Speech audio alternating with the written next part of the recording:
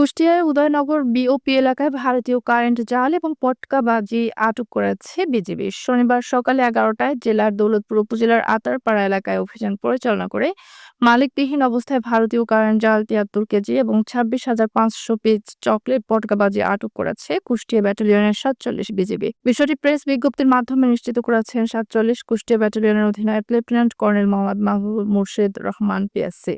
এ সময় আরও জানা যায়, বিজিবির নায়েব সুবেদার মোহাম্মদ রফিকুল ইসলামের নেতৃত্বে উদয়নগর বিওপির দায়িত্বপূর্ণ এলাকার সীমান্ত পিলার ৮৪/৭ হতে ১৫০ গজ বাংলাদেশের অভ্যন্তরে আতারপাড়া নামক স্থানে মাদক ও চোরাচালান বিরোধী অভিযান পরিচালনা করে মালিকবিহীন অবস্থায় ভারতীয় কারেন্ট জাল ৭৩ কেজি এবং চকলেট পটকাবাজি ২৬,৫০০ পিস আটক করতে সক্ষম হয়, যার আনুমানিক সিজার মূল্য ১৩,৯২,৫০০ টাকা।